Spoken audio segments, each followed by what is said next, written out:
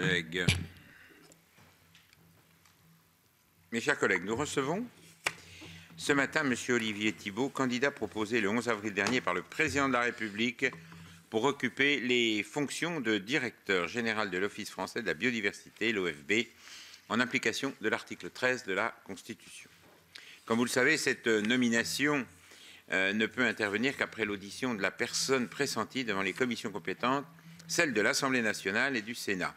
Auditions qui doivent être suivies d'un vote. Je rappelle que cette nomination ne pourra intervenir si l'addition des votes négatifs de chaque commission représentait au moins les 3/5 des suffrages exprimés dans les deux commissions. Cette audition est publique, cette audition est ouverte à la presse et retransmise sur le site du Sénat. À l'issue de celle-ci, nous voterons un bulletin secret.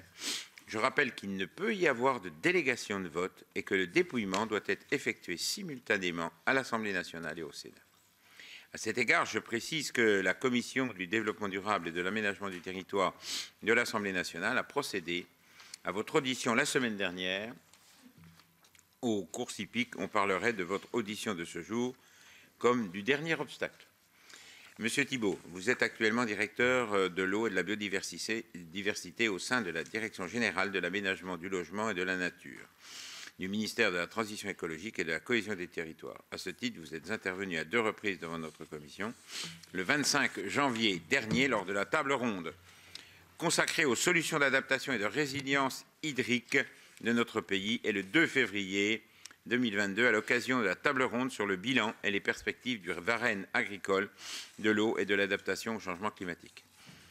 Nous avons à cette occasion pu mesurer votre implication et votre expertise sur l'eau, sujet éminemment majeur pour notre commission, auquel nous avons récemment consacré un cycle d'auditions à la suite de la prise de conscience de l'urgence à agir en lien avec la sécheresse de l'été dernier. La ressource en eau est profondément influencée par les effets du changement climatique et nous devons collectivement imaginer et mettre en œuvre des politiques publiques plus résilientes. La biodiversité est soumise à des pressions différentes, mais dont les effets sur le déclin des espèces convergent. C'est dire l'importance du rôle du directeur général de l'OFB auquel vous postulez et les défis de taille qui vous attendent si votre candidature est confirmée par le Parlement. À titre liminaire et sans anticiper les questions du rapporteur Guillaume Chevrollier, j'aimerais que vous dressiez le bilan des forces et des faiblesses de l'OFB, établissement récent dans le paysage institutionnel français, issu de la fusion de l'Agence française de la biodiversité et de l'Office national de la chasse et de la faune sauvage, effectif depuis le 1er janvier 2020. Les débuts ont été compliqués par la situation sanitaire. Il n'a pas été aisé de créer une culture d'établissement en pleine pandémie. Je salue à cet égard les efforts déployés par Pierre Dubreuil, le premier directeur général de l'OFB, qui est parvenu à maintenir le cap malgré les vents mauvais qui soufflaient sur cette belle outil d'expertise, d'accompagnement, de mobilisation et d'action dans les territoires. Maintenant, la situation s'est normalisée. Comment comptez-vous améliorer l'action de l'OFB, de ses 2800 agents, de ses 11 directions régionales, afin de réduire les pressions exercées sur la faune, la flore et leurs habitats de façon concertée avec l'ensemble des acteurs afin de créer une véritable dynamique en faveur de la biodiversité. Sans plus tarder, je laisse la parole au rapporteur Guillaume Chevrollier pour une première série de questions. Monsieur le rapporteur, vous avez la parole. Merci, Monsieur le Président, mes chers collègues, Monsieur Olivier Thibault, que je suis heureux de retrouver. Donc, comme l'a indiqué notre Président, nous avons apprécié et à nous prononcer ce matin sur la candidature d'Olivier Thibault aux fonctions de directeur général de l'Office français de la biodiversité pour une durée de 4 ans. Il s'agit d'un mandat d'autant plus intense qu'il est bref. Il suppose par conséquent un engagement de tous les instants de la part de son titulaire, tant les défis à relever pour la préservation de la biodiversité sont nombreux, multiformes et enchevêtrés aux enjeux climatiques. La lutte contre l'extinction de la biodiversité ne saurait être gagnée depuis un bureau parisien. C'est pourquoi j'aimerais dans un premier temps connaître la stratégie que vous défendrez à la tête de l'établissement pour un déploiement amélioré de l'action de l'OFB au sein des territoires. Commencerez-vous votre mandat par un tour de France des implantations régionales de l'OFB ? Je pense que mes collègues sénateurs confirmeront certainement qu'il s'agit là d'une attente forte à la fois des élus, des acteurs engagés sur le terrain, des porteurs de projets et des entreprises. C'est également un point de vigilance renforcé de notre commission, attentive à la bonne déclinaison territoriale des politiques publiques, en lien étroit avec les élus locaux que nous représentons. Mais avant d'aller plus loin, j'aimerais évoquer quelques étapes clés de votre carrière afin de dessiner les grands traits de votre portrait administratif. Issu d'une formation d'ingénieur des ponts, des eaux et des forêts, vous avez été de 2007 à 2008 conseiller technique eau, produits, déchets, ressources minières non énergétiques et agences de l'eau auprès du ministre de l'Environnement Jean-Louis Borloo. Vous avez été directeur général de l'agence de l'eau Artois-Picardie de 2010 à 2017, puis directeur général de l'Office national de la chasse et de la faune sauvage, l'ONCFS, de 2017 à 2019, avant sa fusion au sein de l'OFB. Vous êtes depuis fin 2019 à la tête de la direction de l'eau et de la biodiversité, administrateur du Musée national d'histoire naturelle et membre du Comité national de l'eau, que vous animez d'ailleurs. Il me semble donc que votre parcours s'inscrit en cohérence avec les fonctions auxquelles vous postulez. Votre expertise hydrique forgée lors de votre passage à l'agence de l'eau, votre connaissance de la chasse en tant qu'ancien directeur de l'ONCFS et également de chasseur, votre action en faveur de la biodiversité au sein de la Direction générale de l'aménagement, du logement et de la nature sont autant d'expériences professionnelles qui vous ont conduit à diriger de nombreux personnels et à fédérer autour d'une vision partagée. Tout indique que vous disposez des qualifications requises pour le poste de directeur général de l'OFB. Les questions que je vous poserai s'articuleront donc autour de votre vision de l'OFB, celle que vous souhaiterez défendre, du rôle et des missions de cette institution, des évolutions qui vous paraissent nécessaires pour ancrer plus fermement cet établissement, comme l'a rappelé notre président, est un établissement récent dans le paysage institutionnel, ainsi que aussi les moyens nécessaires sur le plan budgétaire et humain dont vous aurez besoin pour assurer les nombreuses missions exigeantes du moment. Commençons donc par la stratégie nationale biodiversité 2030, dont la présentation globale est sans cesse repoussée, après un premier volet rendu public il y a plus d'un an. Nous n'avons plus donc que 7 ans pour tenir les ambitieux objectifs fixés par l'accord de Kunming à Montréal, qui a été clôturé à la COP15 en décembre dernier.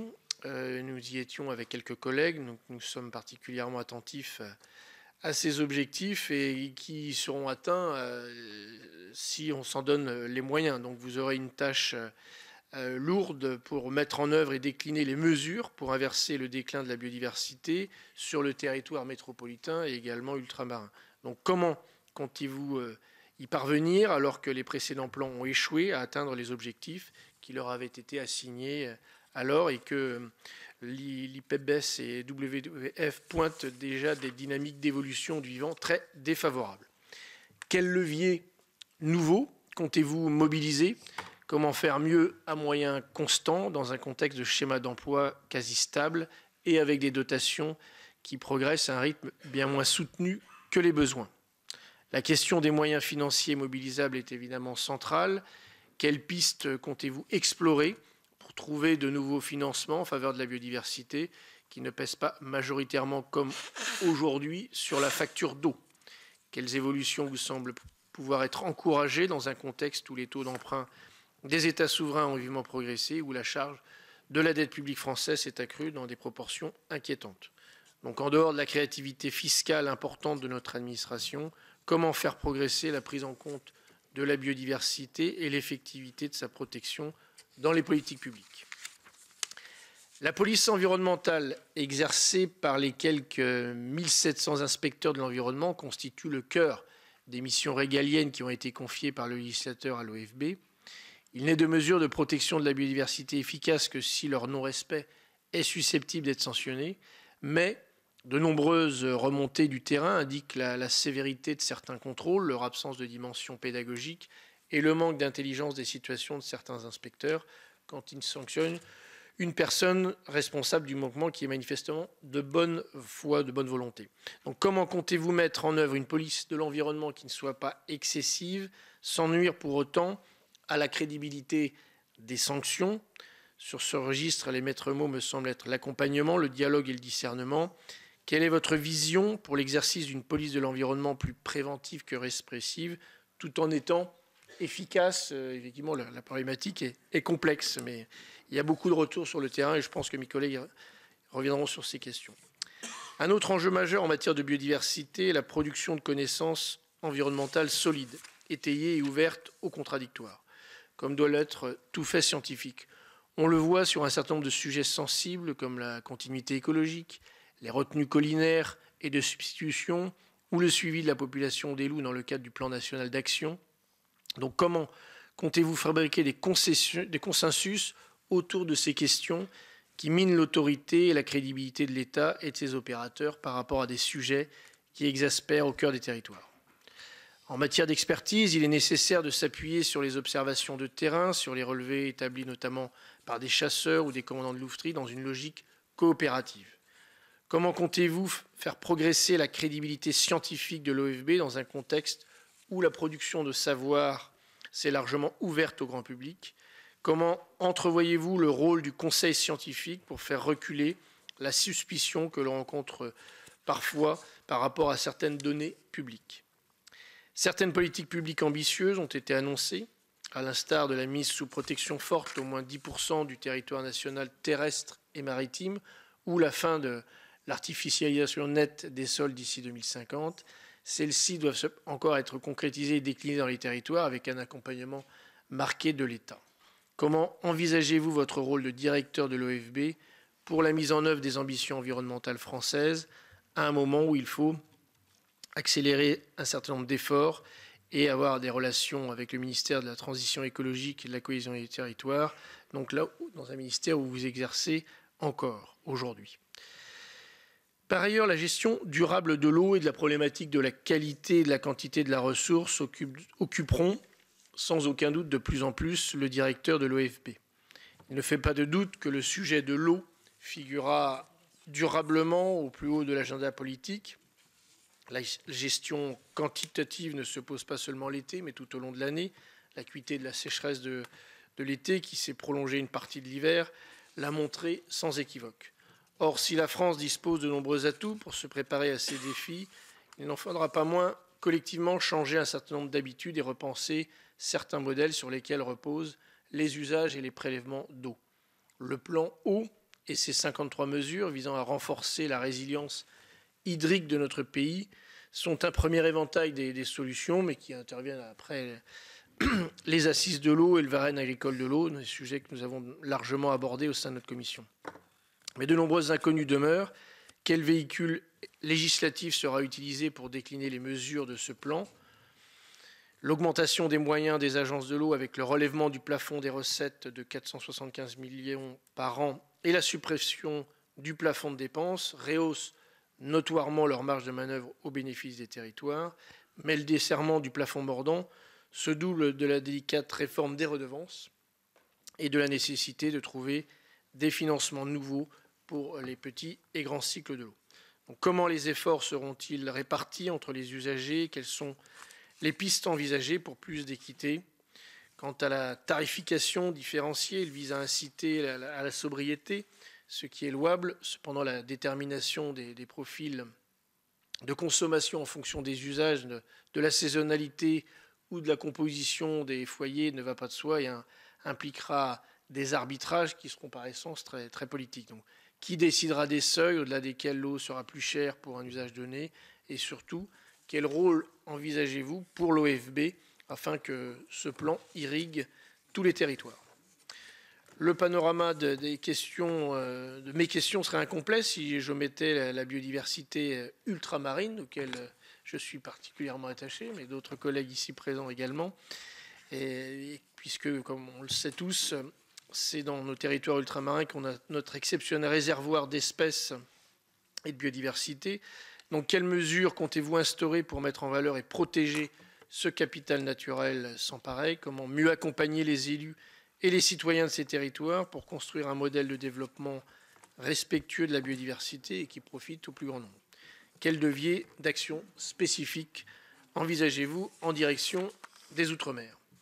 Et enfin, pour terminer, une dernière question concernera plus globalement la place de la biodiversité dans l'imaginaire collectif et le rôle fondamental de la sensibilisation des citoyens et des décideurs sur ces enjeux. L'éducation à l'environnement progresse grâce aux efforts de l'école et à une prise de conscience accrue. Malgré tout, la biodiversité est encore trop souvent perçue comme une contrainte ou un frein au développement territorial. Ses bénéfices et l'importance d'écosystèmes en bonne santé pour l'ensemble des activités humaines sont insuffisamment pris en compte dans les politiques publiques. Donc comment conférer une valeur positive à la biodiversité et faire cesser une opposition entre l'économie, le développement et l'environnement? C'est cette fameuse conciliation qui est à trouver. Donc, et également comment rattraper le retard entre les enjeux autour de la biodiversité et la prise de conscience par rapport au climat. Donc comment à votre niveau, comptez-vous contribuer à l'élaboration d'un nouveau discours sur la biodiversité? Je pense que ce sera aussi un axe important de la mission du futur directeur général de l'OFB. Donc merci par avance pour vos réponses et votre feuille de route future sur cet établissement important. Merci. Monsieur Thibault, vous avez la parole. Monsieur le Président, Monsieur le rapporteur, Mesdames, Messieurs les sénateurs et sénatrices, alors merci tout d'abord, Monsieur le Président et Monsieur le rapporteur, pour ces mots liminaires. J'ai l'impression que vous avez déjà largement dressé l'essentiel de la feuille de route pour le futur directeur général de l'Office français de la biodiversité. Donc, je vais essayer de me mettre dans ce sillon. Et en plus, vous avez déjà présenté l'essentiel de mon parcours. Donc, j'ai essayé de répondre le plus précisément possible à vos questions en vous relatant un petit peu comment j'ai préparé cette candidature et cette audition. D'abord, je vous confirme que c'est une candidature mûrement réfléchie, que je prépare depuis un certain temps, au cours de mon parcours professionnel, avec différentes étapes où je me suis construit progressivement. Je voudrais insister dans cette première présentation sur les points qui me paraissent les plus importants pour l'établissement qu'est l'Office français de la biodiversité. Et Monsieur le Président, comme vous l'avez dit, c'est un établissement qui est encore jeune, qui est encore en cours de construction et qui mérite une attention particulière. Le premier point, c'est que l'Office français de la biodiversité, c'est un établissement qui est construit sur des compétences techniques, sur des métiers techniques. Et c'est un point très important, et sur des métiers techniques qui s'exercent, comme vous l'avez dit, Monsieur le Président, pas à Paris, mais d'abord dans les territoires. Et ça, c'est quelque chose qui me paraît absolument essentiel.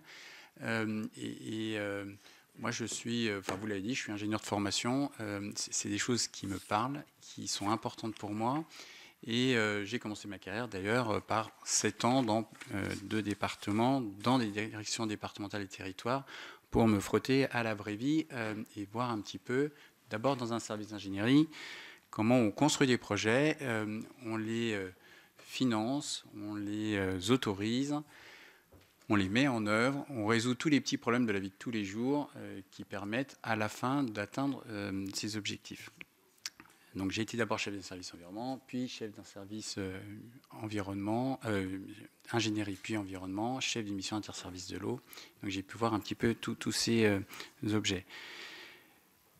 Ça se construit dans les territoires, mais avec une règle qui est faite au niveau national. Vous en êtes les meilleurs porte-parole, puisque c'est vous qui élaborez et votez les lois, qui se déclinent après en décrets, arrêtés, etc. J'ai donc fait une suite de ma carrière en administration centrale, d'abord comme un chef de bureau, puis aujourd'hui comme directeur d'administration centrale dans le domaine de l'eau et de la biodiversité, qui m'a permis un petit peu de voir comment construire cette règle, comment ça se construit en lien avec ce qui se passe au niveau international. Vous avez parlé de la COP 15 et des suites de la COP 15.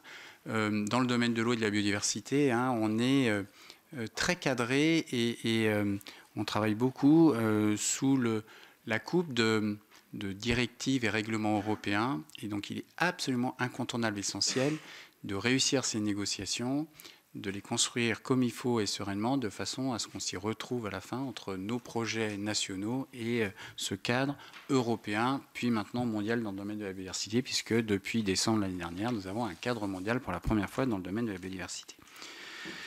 Donc ces compétences techniques, pour moi, c'est vraiment quelque chose d'important et qui est un peu le socle de construction de cet établissement. Après, l'Office français de la biodiversité, c'est un établissement de près de 3000 personnes. C'est donc beaucoup d'hommes et de femmes dans les territoires, beaucoup d'équipes, pas très grandes. Et donc pour moi, la dimension management, elle est absolument essentielle et incontournable. On peut être des très bons techniciens, très mauvais managers, et inversement. Cet établissement aujourd'hui, il a besoin, je pense, qu'on fasse attention à la manière dont on va le piloter et l'organiser. Bon, j'ai pour moi de bien connaître le fonctionnement des établissements publics. Comme vous l'avez dit, j'ai été 9 ans à la tête de 2 établissements publics, une agence de l'eau dans les Hauts-de-France, l'agence de l'eau Artois-Picardie, où on apprend à gérer des budgets importants. Le budget de l'agence de l'eau Artois-Picardie, c'est 1 milliard d'euros sur son programme, avec là aussi des métiers techniques, peu de moyens humains par rapport aux moyens financiers. Et des problématiques de hiérarchisation, de passage de conventions très importants. Et j'ai été directeur de l'Office national de la chasse et de la faune sauvage, qui à l'époque faisait 1800 personnes, beaucoup d'inspecteurs de l'environnement, des agents sur le terrain qui mettent une bonne partie des missions mais qui sont aujourd'hui au sein de l'Office français de la biodiversité qui sont engagés, passionnés dans leur mission. Donc je connais bien le fonctionnement de ces établissements publics. C'est un point absolument essentiel et j'y reviendrai derrière. Je pense qu'il faut faire très attention au fonctionnement des instances. Alors les instances internes, les relations avec les syndicats qui sont un moyen de savoir comment ça se passe, les points de crispation, les points sur lesquels il faut travailler, les points d'attention, les points de fragilité, voilà. Et puis les instances de gouvernance, parce que la gouvernance de cet établissement est quand même un tout petit poil compliquée, avec un conseil d'administration qui regroupe toutes les parties prenantes, dont je suis commissaire du gouvernement aujourd'hui, et un conseil scientifique, par ailleurs, pour aiguiller et positionner. Donc c'est vraiment des choses importantes. Le management, ce n'est pas que des choses théoriques vues de loin, c'est aussi gérer des problèmes concrets de la vie de tous les jours. Je n'ai pas de problème à mettre les mains dans le cambouis. C'est quelque chose auquel je suis préparé. Et d'ailleurs, j'ai préparé cette candidature avec la présidente du conseil d'administration, les vice-présidents, je tiens à le préciser et le redire. Et donc tout ça, je compte bien sûr mettre toute mon énergie pour piloter, structurer, gérer, promouvoir, faire vivre cet établissement. Ensuite, le point suivant essentiel, vous l'avez dit avec des mots différents, je vais le redire avec les miens, cet établissement, il réussira ses missions s'il arrive à construire du consensus avec les parties prenantes qui sont concernées.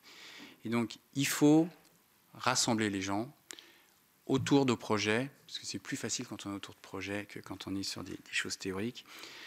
Et ce besoin de rassemblement, de construire des projets ensemble, c'est quelque chose qui doit, à mon avis, driver la vie de cet établissement. Bon, j'ai eu la chance d'être 3 ans conseiller de Jean-Louis Borloo. À un moment dont vous vous souvenez sûrement, qui était la période du Grenelle de l'environnement, j'ai appris la force d'arriver, quand on arrive à mettre les parties prenantes autour d'une même table.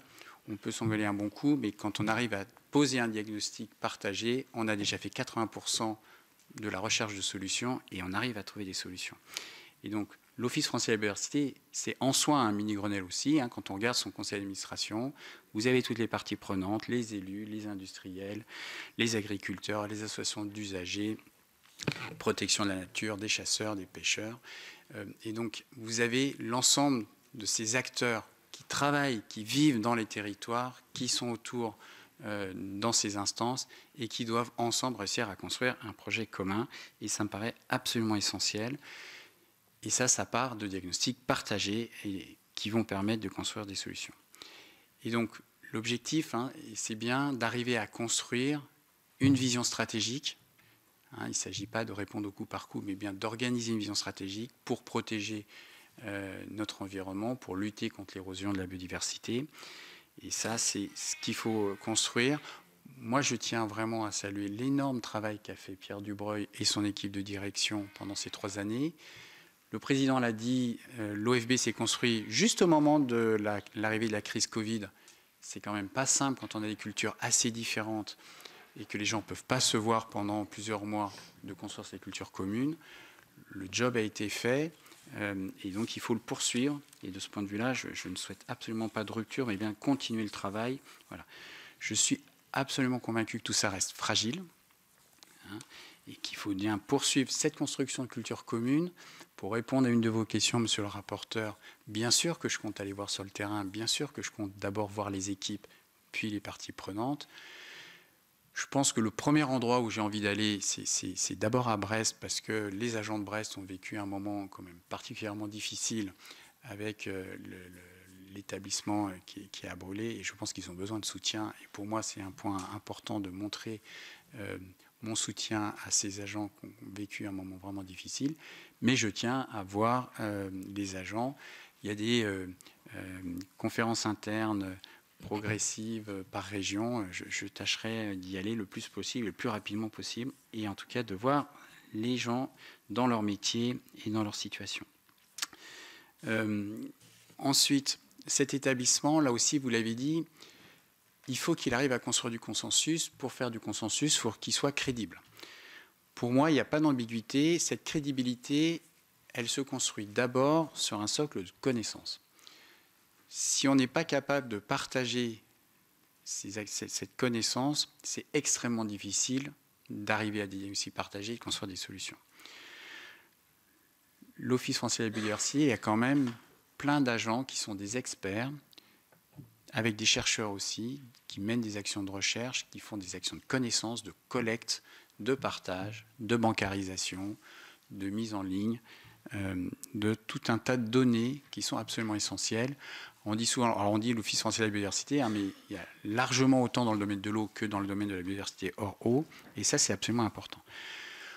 Pour moi, ça passe par la transparence de ce qu'on fait et la vulgarisation et l'accessibilité de cette connaissance.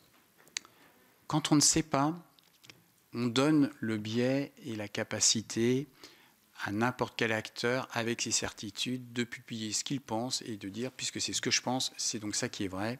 Et donc il faut absolument partager cette connaissance, la rendre accessible.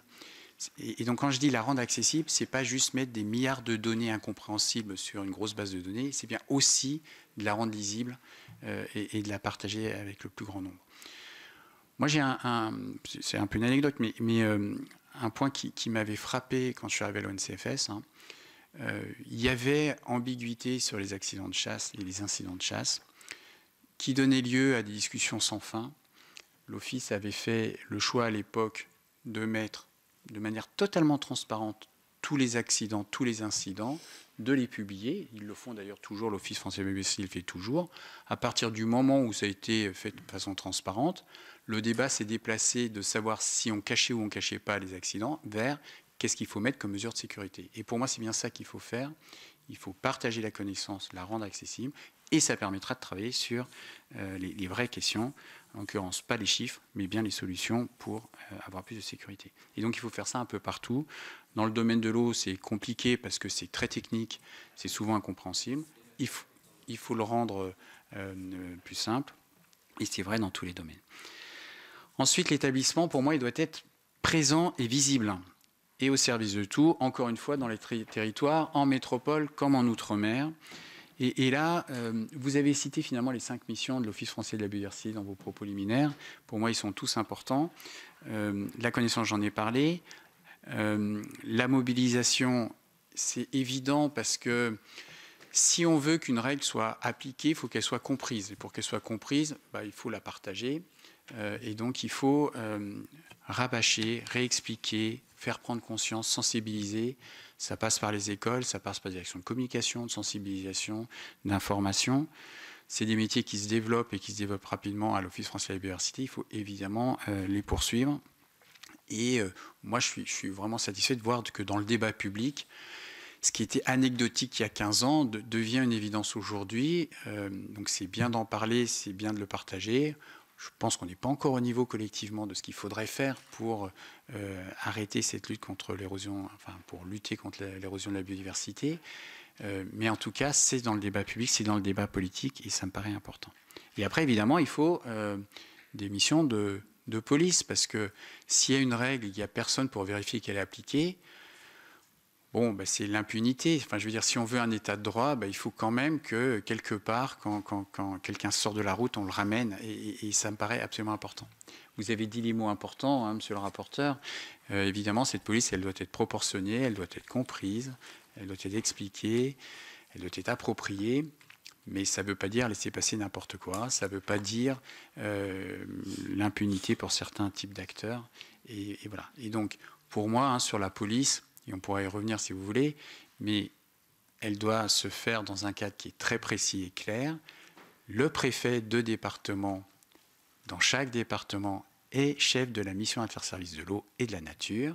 Il doit, à ce titre, prioriser, organiser les missions de contrôle, la priorisation des enjeux.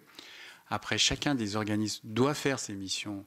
On doit en parler, évidemment, l'expliquer, le partager avec les acteurs. Je pense que là, il y a aussi des choses qu'on doit faire et dont on devrait pouvoir mieux faire. Ensuite, il faut contrôler. Ce ne sont pas les inspecteurs de l'environnement qui sont les procureurs. Ce n'est pas eux qui décident de ce qu'il faut faire ou pas faire. Hein, ils sont là pour constater de manière appropriée, à charge et à décharge. Et après, c'est le procureur, et notamment avec les Colden. Vous avez voté il n'y a pas très longtemps la loi justice-environnement, qui organise des comités opérationnels de lutte contre la délinquance environnementale, et les procureurs doivent organiser avec les préfets les suites au contrôle, l'un pour la partie judiciaire, l'autre pour la partie administrative, et l'Office français de la biodiversité doit s'intégrer dans ce mécanisme global. Hein, et pour moi, c'est assez clair. Et puis une dernière mission, vous en avez un peu moins parlé, mais qui pour moi est aussi importante, c'est le système de la preuve par l'exemple. L'Office français de la biodiversité est aussi gestionnaire d'espaces protégés ou d'espaces gérés. Et je pense que c'est un excellent moyen de montrer, d'abord pour les espaces protégés, des espaces un peu exceptionnels de biodiversité où elles se ressourcent et qui peuvent permettre de montrer ce qu'on peut atteindre, comment on peut y arriver, comment on peut gérer, combien ça coûte, combien il faut de bonhommes pour faire ça. Et je pense que c'est important. Et puis des espaces gérés où l'Office a quand même des très beaux sites où on peut à la fois montrer qu'on peut faire un peu d'agriculture, de la chasse et avoir des sites absolument exceptionnels en même temps. Et donc ça, je pense que c'est aussi important pour le partage dans le territoire. Voilà. Bon, et donc pour terminer ce propos liminaire, un établissement public, l'Office français de la biodiversité n'est pas un service d'État, c'est bien un établissement public. L'intérêt du système, c'est bien de pouvoir être agile et réactif. Et donc pour moi, c'est quelque chose d'important. Il doit savoir évoluer en fonction des problèmes locaux, de la façon dont ça se passe, et de pouvoir réagir et s'adapter aux problèmes locaux. En métropole comme en Outre-mer, je le redis encore une fois, évidemment, il faut des moyens humains et financiers pour ça. Moi, je suis heureux de voir que le gouvernement, alors qu'au moment de la création de l'Office français de la biodiversité, il devait perdre des emplois. Hein. Quand on l'a créé, il devait perdre 127 emplois. Finalement, il n'en a pas perdu du tout. Et maintenant, il commence à en récupérer. Je pense que c'est important. Parce que dans ce domaine de biodiversité, si on n'a pas d'agents, je veux dire, on ne peut pas porter efficacement ces politiques. Donc je ne dis pas qu'il faut des milliards d'agents, mais il en faut, et il en faut sûrement un peu plus. Et j'espère qu'on saura les trouver pour répondre aux enjeux qui sont quand même majeurs devant nous. Voilà.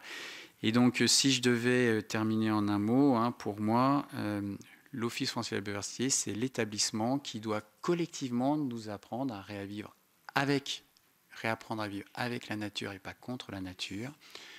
Trouver des solutions au sein des territoires sans opposer économie et protection de la biodiversité, parce qu'on peut faire les deux.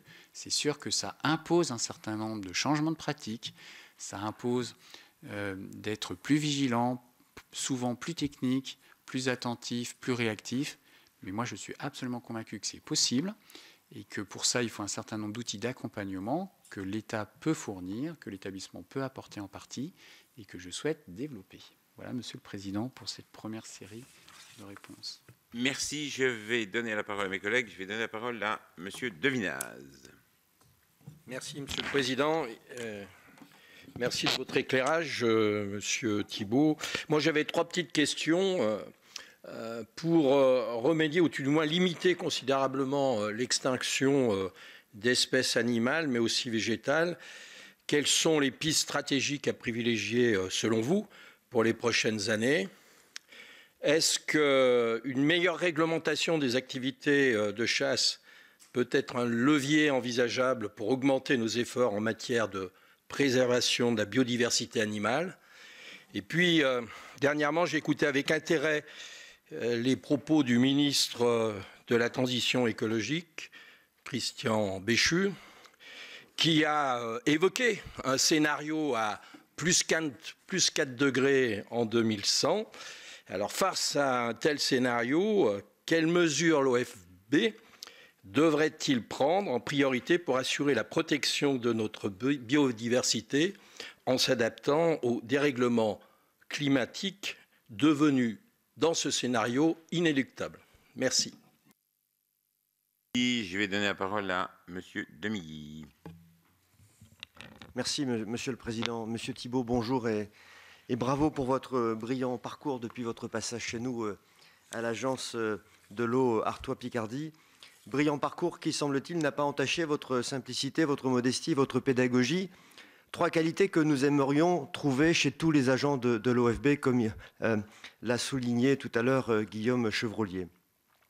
Monsieur Thibault, pas une semaine ne passe sans que de nouvelles statistiques ou un nouveau rapport d'une organisation internationale nous alerte à propos de l'érosion de la biodiversité.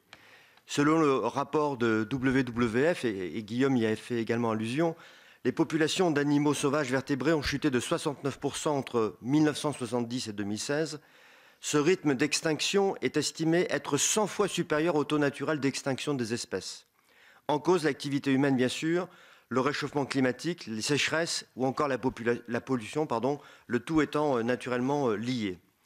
En lien avec ce dramatique constat, je souhaiterais vous interroger sur un sujet déterminant pour mon territoire, celui de l'agriculture. L'Organisation des Nations Unies reconnaît la biodiversité comme partie intégrante de l'agriculture et en particulier de l'agriculture durable. Dans son rapport publié le 22 février 2019, l'ONU alerte sur le risque d'extinction pesant sur 24% des aliments dits sauvages, comprenons non transformés, c'est-à-dire des plantes, des poissons et des mammifères. La préservation de la biodiversité est directement liée à notre capacité à assurer notre souveraineté alimentaire. Comment, monsieur le potentiel directeur, envisagez-vous d'aborder ce thème de la biodiversité dans le cadre de l'alimentation et de l'agriculture? Merci, chers collègues. Je vais donner la parole à Madame Varias.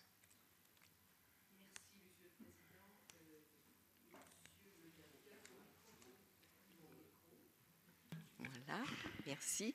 En décembre 2022, à la COP15, sur la biodiversité, 195 États se sont engagés à prendre des mesures urgentes pour restaurer notamment 30% des écosystèmes et doubler les ressources destinées à la protection de la nature. Les inondations, nous le savons, les sécheresses, la raréfaction des ressources en eau causées par le dérèglement climatique vont nécessiter sans aucun doute des actions de grande ampleur. D'ici la fin du siècle, d'ailleurs, les agences de l'eau, vous devez le savoir, prévoient une baisse de 10 à 50% du débit d'étiage des grands fleuves et de 10 à 30% des nappes phréatiques, ce qui va entraîner une concentration des polluants dans les rivières. Pour préserver la biodiversité et la qualité de nos eaux, à commencer d'ailleurs par nos pollinisateurs qui jouent un rôle essentiel dans notre sécurité alimentaire, il est nécessaire de mettre en place des mesures ambitieuses de réduction des pesticides dont l'usage est corrélé à la disparition, ça vient d'être dit, des espèces, des insectes et des oiseaux notamment. Cette politique à mettre en œuvre, elle implique d'accompagner les agriculteurs par des mesures alternatives en leur assurant un revenu décent. C'est ça l'objectif. L'exemple des néonicotinoïdes a montré que, faute de produits de substitution, l'État, 4 ans après l'avoir interdit, a permis sa réutilisation par les betteraviers, parce que nous n'avions toujours pas de produits de substitution. Nous savons qu'il faut que l'agriculture s'empare des enjeux du développement durable, car elle a un rôle important à faire face aux défis démographiques et climatiques. Quel est votre sentiment, monsieur le directeur, sur les moyens alloués à la recherche aujourd'hui pour aider cette transition indispensable?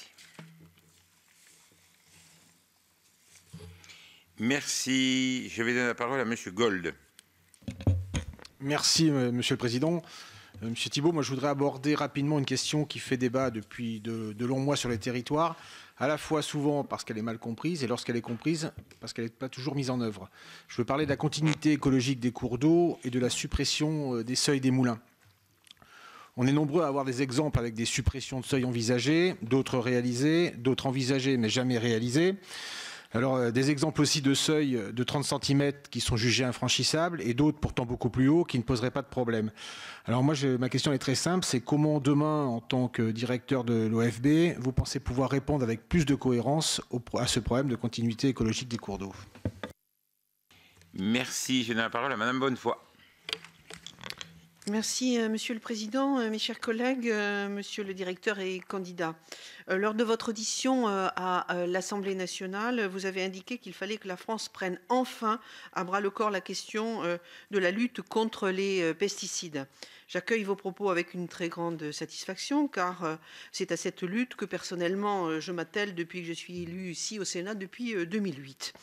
Vous trouverez donc des alliés au Sénat, sur nos bancs, pour défendre l'agroécologie et le respect du vivant. Je profite d'ailleurs de cette occasion pour vous demander votre avis sur les mesures de la proposition de loi qui a été votée ici hier par une majorité de sénateurs, s'agissant de la réouverture de l'épandage aérien de pesticides, de la réunification du Conseil et de la vente, ou encore le retour de la tutelle du ministère de l'Agriculture sur l'ANSES. Vous le savez comme moi, les pesticides sont une des causes majeures de l'écroulement du vivant, au premier rang duquel les insectes et les oiseaux, encore démontré la semaine dernière par une étude de grande ampleur sur l'ensemble du continent européen. Par ailleurs, le 5 mai dernier, Le Monde révèle que les inspecteurs de l'environnement ont été empêchés par la direction de l'OFB et le ministère de l'Agriculture d'effectuer leur contrôle inopiné sur les arboriculteurs. En pleine période d'épandage, c'est une gageure. Le ministère de l'Agriculture préférerait, dit-il, des mesures pédagogiques. Nous considérons, nous, qu'il paraît extrêmement nécessaire de reprendre la politique actuelle du laisser-faire et nous comptons sur vous. La proposition de loi sénatoriale de la Ferme France que j'évoquais tout à l'heure nous montre à quel point les partisans de l'agriculture intensive, dépendante des pesticides, sont encore puissants en étant capables de détricoter des lois protectrices de la biodiversité avec le soutien assumé de l'exécutif. Quelle sera votre ambition dans ce domaine, votre vision stratégique, comme vous l'avez vous-même évoqué, alors qu'un nouveau plan éco-phyto est prévu pour 2030 ? Comment comptez-vous mettre en place ce changement de paradigme nécessaire quand l'exécutif lui-même acte des reculs inacceptables? Comment pouvez-vous nous rassurer de votre implication pour transformer notre modèle agricole qui en a besoin et qui aura aussi besoin de soutien massif pour changer notre production alimentaire et protéger le vivant? Merci pour vos réponses. Merci, chers collègues. Je vais donner la parole à Madame Préville. Merci, Monsieur le Président. Merci, Monsieur Thibault, pour votre présentation. Alors moi, je vais vous demander comment vous comptez réussir les missions qui sont les vôtres, puisque nous sommes face, malheureusement, à un déclin massif, drastique de la biodiversité. Et pour l'instant, le phénomène n'est toujours pas enrayé. Et nous sommes particulièrement en France, l'un des pays qui concentrant, parce que nous avons une biodiversité, évidemment, avec nos dom-toms extrêmement importantes, qui abrite le plus grand nombre d'espèces menacées. Et particulièrement, comme vous avez mentionné, que vous avez dans le personnel à l'OFB des métiers techniques, des compétences techniques, que tout est très cadré. Quelle va être votre latitude au travers de ce cadre, en fait, pour faire évoluer les choses et permettre qu'enfin on enraye cette baisse de biodiversité? Est-ce que vous regardez les solutions peut-être originales qui ont été appliquées dans d'autres pays au regard de l'échec qui est le nôtre? Et également, quelle est votre ambition au sujet, un sujet très important qui est le sujet des grands prédateurs? Et également, je vais reprendre la question de la police environnementale. Comment arriverons-nous à faire réellement avancer les choses alors que, comme l'a dit ma collègue, on a certaines questions à se poser au vu de ce qui se passe dans notre pays. Je vous remercie. Merci. La parole est à Monsieur Marchand. Merci, Monsieur le Président. Comme nombreux de mes collègues, je voudrais revenir sur le sujet de l'agriculture et de l'alimentation, qui est un sujet qui nous occupe bien évidemment dans cette commission et qui occupe l'OFB. En préparant cette audition, bien évidemment, je me suis amusé, entre guillemets, à faire un tour de France de certaines unes de journaux et de voir que les relations entre le monde de l'agriculture et l'OFB étaient parfois plus que compliquées. Bon, vous le savez, nombre d'agriculteurs sont éprouvés par les catastrophes climatiques à répétition et partagent parfois un sentiment de très forte pression de la part de la police de l'OFB. Donc on voit bien qu'un véritable enjeu aujourd'hui de faire en sorte que ces deux mondes puissent effectivement dialoguer, partager. Vous avez évoqué la nécessité d'action de communication, la nécessité de réapprendre à vivre la nature et pas contre la nature. Et donc quel peut être le rôle de l'OFB, notamment dans le cadre d'organisations partenariales qui sont mises en place à l'échelle des territoires? Est-ce que cela fait partie de vos priorités que, vous nous l'avez dit bien évidemment, mais d'investir davantage les territoires et de participer à toutes les actions de concertation qui peuvent exister aujourd'hui pour approcher des mondes qui parfois s'opposent un peu trop? Merci. Gillet. Merci, Monsieur le Président. Monsieur Thibault, on vous a déjà rencontré donc, au sein même de cette commission. J'ai eu le plaisir de vous auditer également dans le cadre de la mission d'information sur la gestion durable de l'eau. Et je reconnais que vous avez su faire preuve dans vos interventions d'un esprit un peu plus libre que ceux que parfois nous entendons. Et c'est une orientation qui m'apparaît effectivement intéressante.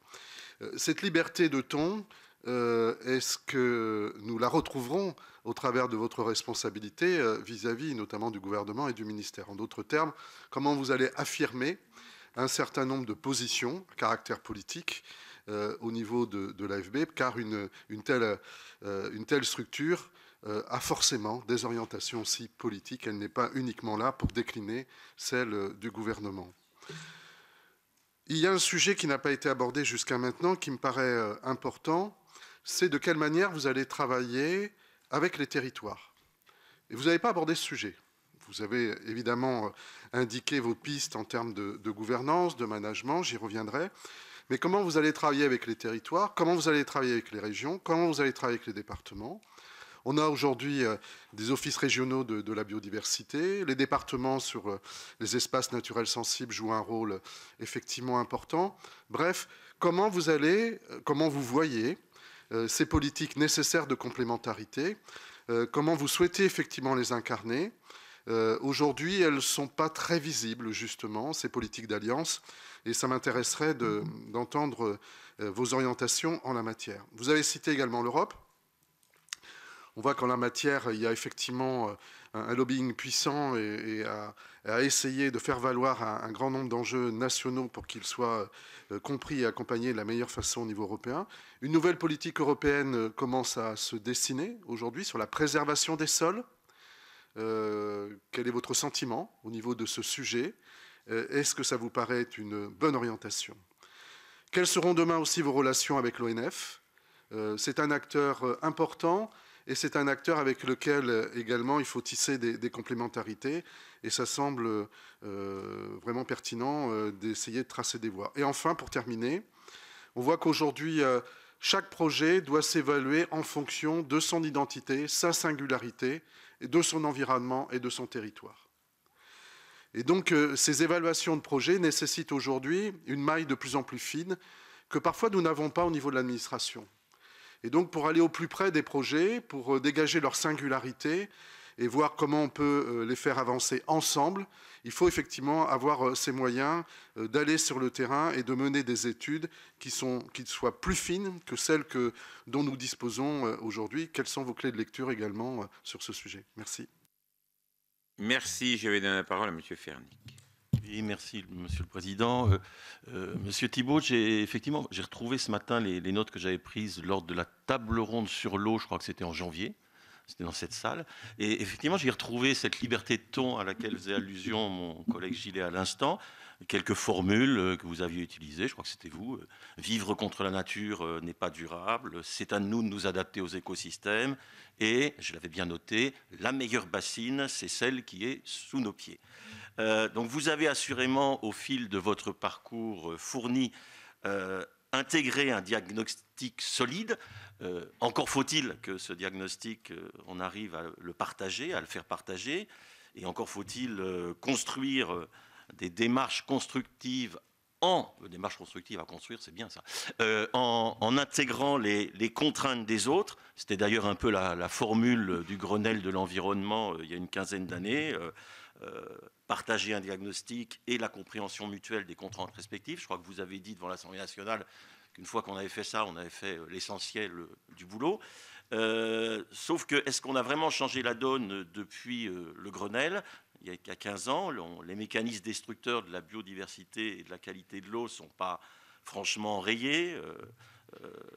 Pesticides, étalement urbain, changement climatique. La publication récente, on y faisait allusion tout à l'heure, de la lourde étude européenne sur les oiseaux, 60% des oiseaux des champs qui ont disparu en 40 ans en Europe, ça ne fait pas l'événement que ça devrait être. On a des choses qui remontent.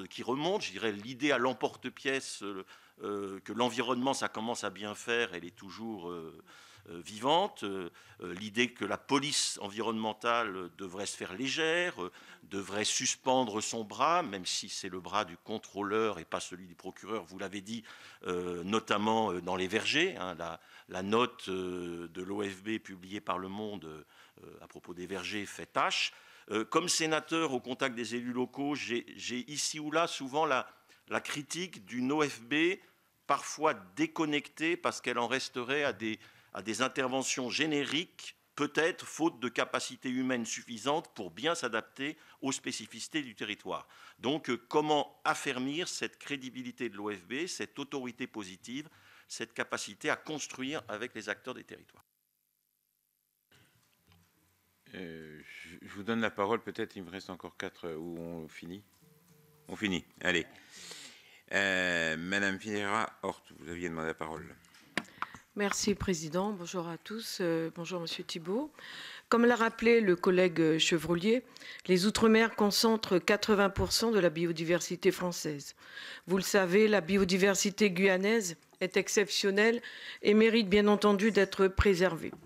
Toutefois, nous ne parvenons pas à faire le lien entre protection de cette biodiversité et développement économique. Monsieur Thibault, j'aimerais connaître les pistes que vous comptez suivre afin de créer une synergie entre biodiversité et enjeux économiques de la Guyane. Merci, Président. La parole est à Madame Havet. Merci, Monsieur le Président. Monsieur Thibault, tout d'abord, je vous remercie de réserver votre premier déplacement à Brest si vous êtes élu, car en tant que sénatrice du Finistère, je voudrais effectivement rappeler mon soutien aux 38 agents qui ont vu leur bureau brûler il y a quelques semaines. Ma question porte sur les aires marines protégées et plus particulièrement sur l'impact de la pêche et sur les écosystèmes. Le secteur de la pêche en Bretagne et notamment dans le Finistère subit une série de crises, Brexit, prix du carburant, etc. Une orientation de la Commission européenne il y a quelques semaines visant à interdire toute pêche dans les aires marines protégées était à l'ordre du jour. En conséquence, cela reviendrait à dire à nos pêcheurs à la coquille qui ont montré depuis des décennies qu'ils protègent la ressource, qu'ils la valorisent et qu'ils devraient arrêter purement et simplement leur activité. Il faudrait aussi dire aux producteurs d'huîtres plates et aux pêcheurs artisanaux qu'il faudra stopper toute activité. Cette interdiction aujourd'hui, elle n'est plus à l'ordre du jour, mais elle a le mérite d'avoir mis le débat, et le débat reste ouvert sur ce sujet sensible de la protection des aires marines protégées et du nécessaire et délicat équilibre entre préservation d'une pêche artisanale et protection de biodiversité. Je souhaiterais avoir votre avis sur le dossier et comment allez-vous accompagner la protection de ces espèces tout en préservant une activité sur ces zones. Je vous remercie. Merci. Je vais donner la parole à Louis-Jean de Nicolaï. Merci, Monsieur le Président. Toutes l'essentiel des questions en général de mes collègues qui sont à ma droite ont été posées. Moi, j'ai deux petite question. La première question concerne les sites gérés par l'Office.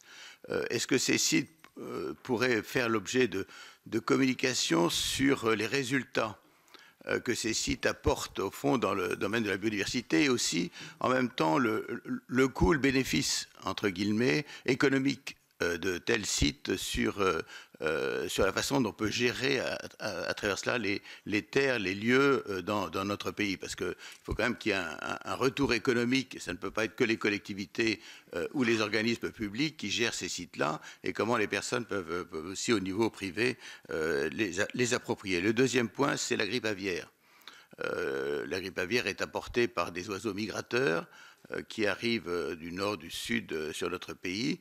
Et comment est-ce qu'il y a où est-ce qu'on en est sur la problématique de la grippe aviaire, sur le problème du vaccin des oiseaux, des oisillons, sur le problème donc, à travers ça de tous les élevages avicoles qui sont très nombreux, notamment dans l'ouest de la France, sur cela. Et puis le troisième point, je soutiendrai mon collègue du Puy-de-Dôme sur le problème de la continuité écologique des cours d'eau, qui sont à la fois, on joue un rôle à la fois historique, hein, de maintien de l'eau pour permettre l'irrigation dans certains domaines, et en même temps patrimonial. Merci. La parole est à Fabien Genet.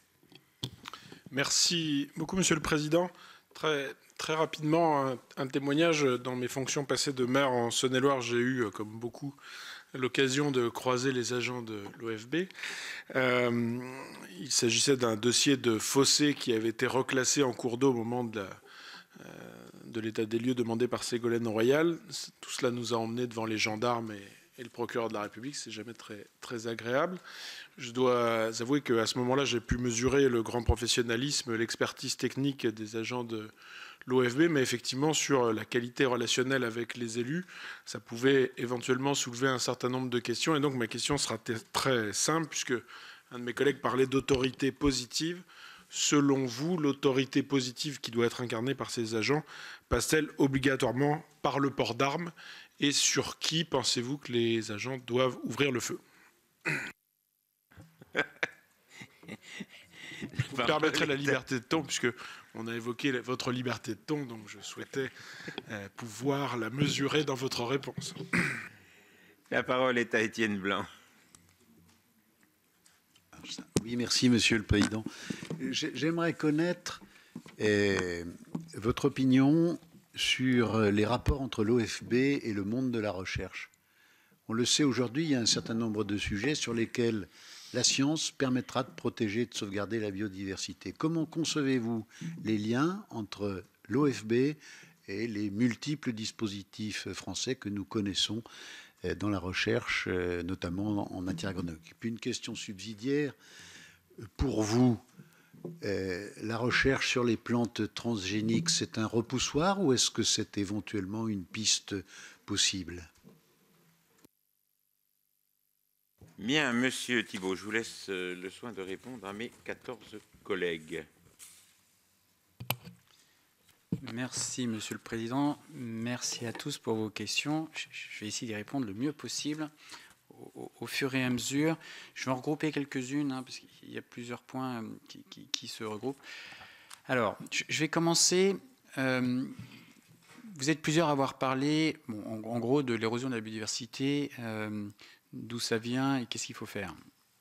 Alors, le d'où ça vient est pour moi relativement bien défini aujourd'hui. On dit souvent, et quand on regarde les rapports notamment de l'IBES, qui est un peu le GIEC de la biodiversité, il y a 5 grandes causes d'érosion de la biodiversité, qui sont l'artificialisation. Et ça, vous avez des outils qui sont dans le débat public aujourd'hui. C'est toute la politique de zéro artificialisation nette et de la façon dont on l'organise. C'est un sujet compliqué, vous le savez mieux que moi. Il y a le sujet des pollutions, où là, pour les pollutions, nous avons la technicité et la capacité de gérer, en tout cas les pollutions ponctuelles. Ça s'organise, ça se budgète, ça se construit, mais on peut faire et on sait faire. On pourrait penser que le sujet est derrière nous en France. Ce n'est pas complètement vrai. Je rappelle qu'on a plus de 15% de nos stations d'épuration qui sont non conformes aujourd'hui. C'est quand même un problème. Et ce n'est pas un problème de technicité là qui est derrière. Après, il y a le sujet des pollutions diffuses. Je vais revenir après dessus. Après, on a le sujet de la surexploitation des ressources. Ça, c'est un point qui est à la fois évident et quand même difficile à aborder et appréhender. Parce que chacun à son niveau considère qu'il joue epsilon dans l'ensemble et que ce n'est pas à lui de faire les efforts, c'est aux autres. Un peu un système, on va dire, de cueilleur plutôt que de gestionnaire. Et donc réussir à prendre conscience que notre planète, elle est finie, que les ressources sont finies, et que ne pas vouloir le voir, ça peut passer pour nous, ça ne passera pas pour nos enfants. Et avec l'accélération qu'on vit du changement climatique, on voit que c'est même pour nous avant peu de temps que ça peut nous arriver. Donc le troisième truc, c'est la surexploitation des ressources. Je reviendrai dessus aussi pour la question de la sénatrice sur la mer tout à l'heure. Après, la quatrième chose, c'est le changement climatique. Je trouve que le débat a très largement évolué et c'est pour moi vraiment satisfaisant ces dernières années. Le changement climatique, enfin, il y en a plusieurs qui m'ont déjà entendu dire, c'est pas dans 50 ans à l'autre bout du monde que ça se passe, c'est là maintenant tout de suite chez nous aussi. Et chez nous, vraiment chez nous, et y compris en métropole. Et prendre conscience de ça, c'est important. Quand mon ministre Christophe Béchu parle du scénario à 4 degrés, évidemment que c'est pour faire réagir, mais entre nous, c'est pas si loin que ça de la réalité.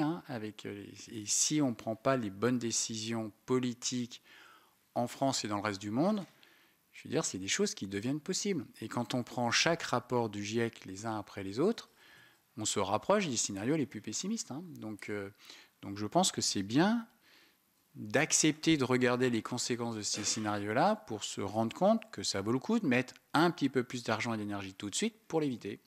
Et si on ne regarde pas les conséquences des décisions qu'on prend aujourd'hui, même si parfois c'est douloureux et difficile, en fait, la suite, elle est encore plus dure. Et la dernière cause, des 5 grandes causes d'érosion de la biodiversité et d'extinction, c'est les espèces exotiques envahissantes. Là aussi, largement dû à l'homme, puis par ces transferts, finalement, déséquilibres biologiques, et ça cause tout un tas de soucis. Voilà. Donc, oui, il faut commencer par expliquer ces 5 causes, regarder dans chaque territoire la répartition, et puis apporter des solutions. En général, c'est un peu triste, mais c'est jamais tout blanc ou tout noir, et c'est jamais une solution simpliste qui marche. Donc, en l'occurrence, si on dit est-ce que la solution c'est limiter la chasse, alors d'abord ça dépend de quelle espèce, mais j'attire votre attention, mais vous êtes plein à le savoir, qu'aujourd'hui on a plein de territoires où l'enjeu c'est plutôt de chasser plus que de chasser moins. C'est plutôt de mieux réguler certaines espèces, et notamment les sangliers et les ongulés. Parce que si vous voulez parler de renouvellement forestier aujourd'hui, nous avons collectivement intérêt à pas avoir trop d'ongulés, donc de cervidés, enfin des cerfs et des chevreuils dans nos forêts, parce qu'aujourd'hui nous avons près de 50% de nos forêts publiques qui ne sont pas à l'équilibre aujourd'hui et qui ne se renouvellent pas. Et quand je dis se renouvellent pas, c'est se renouvellent pas. Donc ça ne veut pas dire qu'il faut tuer tous les cerfs. Attention, ne me faites pas dire ce que je n'ai pas dit. Mais il faut avoir en tête que nous vivons dans un domaine qui est anthropisé, et que quand c'est anthropisé, nous choisissons des équilibres, et il faut entretenir ces équilibres. Ça passe des fois par réguler un peu plus certains animaux, et des fois accepter de prélever moins ou de réguler moins. Donc ce qui est vrai pour les sangliers, cerfs et chevreuils, où là ça augmente plutôt trop. Alors certains pourraient dire qu'il faudrait des grands prédateurs pour résoudre ce genre de problème. Après, c'est d'autres choix et d'autres choses. Et il y a d'autres domaines où, pour le coup, on en prélève trop, et notamment sur les oiseaux migrateurs, où là, un certain nombre de chasseurs se comportent plutôt comme des cueilleurs que comme des gestionnaires, et avec un principe de tout ce que je prends, si je ne le prends pas, c'est le voisin qui va le prendre, donc autant que je le prenne. Ça marche aussi un peu pour la pêche des fois. Et là, il y a besoin de régulation. Voilà. Bon. Nous, à la direction de l'eau et de la biodiversité, et puis au sein de l'Office français de la biodiversité,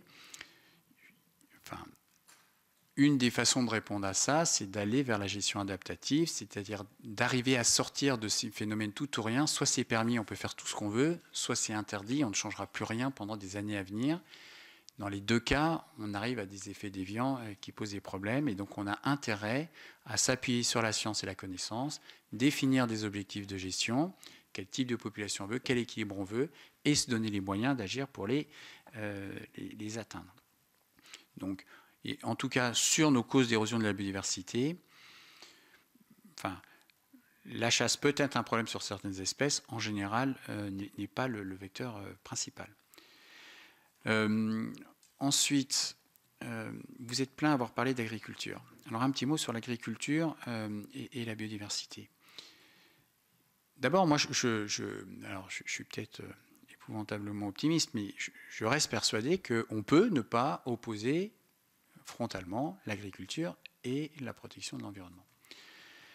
Une fois qu'on a dit ça, ce n'est pas n'importe quelle agriculture qui peut être compatible avec ce genre de choses. Donc aujourd'hui, quand on regarde l'érosion de la biodiversité, et notamment, vous avez parlé de l'étude sur les oiseaux, mais on peut parler des pollinisateurs, l'impact de l'agriculture sur les oiseaux, sur les insectes, il est majeur. Et qu'est-ce qui est majeur? C'est d'abord l'utilisation de phytosanitaires. Donc oui, il faut réussir à apprendre, réapprendre à vivre avec moins de phytosanitaires. Je pense que c'est une question de survie globale, d'équilibre à rechercher. Et donc, voilà, ça me paraît possible. On a des gens qui arrivent. Après, c'est sûr, et quand on en parle, et qu'on essaie de le regarder sereinement et le plus simplement possible, évidemment, on ne peut plus utiliser des recettes qui marchent à tous les coups. On traite, on fait nos passages et on revient 3 semaines après sans se poser de questions, il n'y a rien besoin de suivre. Donc si on veut utiliser moins de phyto, il faut être capable de voir chaque fois que des ravageurs ou des problèmes arrivent, être capable de réagir, avoir des outils qui permettent d'y répondre, avoir aussi des molécules qui permettent d'agir, parce qu'il ne s'agit pas de regarder sa production disparaître parce qu'on n'est pas capable de réagir. Donc oui, il faut des solutions, mais le tout préventif généralisé à grande échelle partout n'est pas une bonne solution. Je veux dire, vous tous, vous ne vous shootez pas aux antibiotiques pour être sûr de ne pas tomber malade. Bon, je veux dire, pour l'agriculture, c'est pareil. Il faut être capable d'agir quand il faut, au bon moment, et de réagir. Ça veut dire de l'accompagnement, ça veut dire de la technicité, des technologies. Je vous signale qu'avec les drones, avec les photos satellites, avec le suivi de la sécheresse dans les sols, on est capable de faire des choses qu'on ne pouvait pas faire il y a 50 ans. Et après, il faut réapprendre l'agronomie aussi, il faut être à l'écoute. Et moi, je pense qu'il faudrait aussi qu'on ait des mécanismes d'aide quand il y a des problèmes pour les agriculteurs qui soient un peu plus solides. En tout cas, le ministère de l'Agriculture y travaille. Voilà. Donc, ce n'est pas dire c'était mieux avant, dans les années 60, on avait les bonnes recettes qui marchaient bien, il faut continuer. Je pense que c'est une impasse. Mais après, une fois qu'on a dit ça, ça ne veut pas dire mettre de l'agriculture bio partout, arrêter n'importe quel phyto. Voilà. Donc, il faut trouver ce juste milieu. Il faut qu'on fasse évoluer nos mesures agro-environnementales. Il faut qu'on travaille sur les paiements pour services environnementaux, parce que je pense que c'est un outil très efficace pour travailler. Et voilà. Les nouvelles biotechnologies, alors, vous avez dit comment ça s'appelle, les OGM, maintenant on appelle ça les NBT, mais ça peut être une partie de la solution. Je ne pense pas que ça peut être une solution généralisée non plus. Et donc il faut travailler tout ça ensemble. Et encore une fois, en n'opposant pas les gens dans les territoires. Voilà. Parce que si on essaie de les opposer, ce n'est pas comme ça qu'on construit les solutions. Voilà. Et un point important, vous avez parlé de nouveaux plans éco-phyto. Bon, en 2008, on disait déjà diviser par 2 la quantité de phyto. Enfin, je veux dire, on n'a pas changé dans le discours. On voit qu'on a eu du mal. Pour moi, ce qui est important, c'est d'arriver à sortir d'un objectif de cette politique de substitution de molécules. Une molécule pose problème, on va l'interdire. Mais pour l'interdire, il faut que j'en trouve une autre qui va faire pareil. Et tant qu'on sera dans cette politique-là, on aura du mal et on aura des problèmes parce que le but du jeu n'est pas de gagner encore 5 ans en 10 ans. Le but du jeu, c'est d'arriver à retrouver un équilibre où à la fois l'écosystème environnement tient et on arrive à produire. Vous connaissez bien le sujet de l'eau potable, on en a parlé, y compris en commission. Vous revenez 20 ans en arrière, on avait le sujet de l'atrazine dans nos périmètres de captage. Bon, ça posait problème, ça augmentait, on a fini par l'interdire. Je vous signale qu'on l'a toujours dans nos captages, hein, c'est pour monter le taux de résilience de ces molécules. N'empêche qu'aujourd'hui, on parle de plus en plus du S-métolachlore, qui n'est jamais que le successeur de l'atrazine pour le maïs. Hein. Et donc là, ça commence à devenir trop important. Je pense qu'on va l'interdire un de ces jours. Je veux dire, le but, c'est pas en trouvant une autre molécule qui a un autre nom et qui va permettre de recommencer pendant 10 ans qu'on trouvera la solution. Donc c'est vraiment réussir à trouver des systèmes agronomiques qui permettent de produire, parce que le but, c'est quand même la souveraineté alimentaire, mais sans bousiller tout le reste. Voilà. Donc, je pense que j'ai répondu à un certain nombre sur l'agriculture. La continuité écologique et les moulins. Bon, ça, c'est un sujet difficile, je dois dire un peu douloureux. Voilà.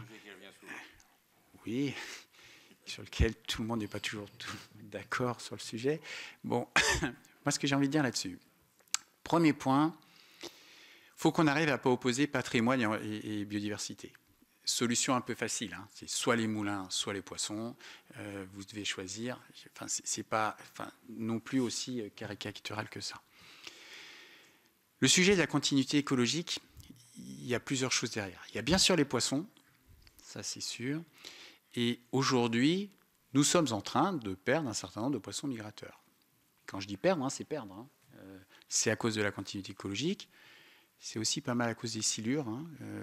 On a des endroits, hein, on a qualifié que la conjonction d'un seuil plus le silure, ça vous fait entre 80 et 100% de prédation des lamproies à l'os saumon. Hein. Donc, je veux dire, donc c'est pas que le seuil le problème, pas que le silure le problème. La conjonction des deux est un problème. Après. Est-ce que c'est mieux ou moins bien un monde sans saumon, sans lamproie, sans halo, sans truite? Enfin bon, je veux dire, on peut en discuter. Hein. C'est quand même un équilibre qui part et de la biodiversité qui disparaît. Et je trouve qu'on doit quand même pouvoir garder un certain nombre de rivières. Donc l'histoire de la continuité écologique, hein, c'est sur les cours d'eau classés, c'est 11% de nos cours d'eau. Alors certes, quand on est dans l'Eure, ça fait plus que 11% des cours d'eau, et c'est un endroit où il y a des problèmes, et c'est vrai. Et je pense qu'on était trop loin dans certains territoires, c'est sûr. Je me rappelle de discussions sur le Rhin aussi qui n'étaient pas simples. Bon, une fois qu'on a dit ça, être capable collectivement au niveau français de garder un certain pourcentage de nos cours d'eau emblématiques avec des espèces emblématiques, je trouve que ça a du sens. Et donc, ça vaut le coup de mettre un peu d'argent pour aider les gens qui sont concernés. Ça ne veut pas dire supprimer les moulins, ça ne veut pas dire supprimer le patrimoine. Ça veut dire équiper un certain nombre de seuils, ça veut dire supprimer un certain nombre qui ne servent plus, parce qu'il y en a quand même beaucoup qui ne servent plus. Voilà. Après, le sujet, les seuils par rapport au changement climatique, la sécheresse, etc. Bon, c'est un truc sur lequel on a épouvantablement du mal à partager l'information avec tout le monde. Je vais encore essayer une fois 3 minutes, mais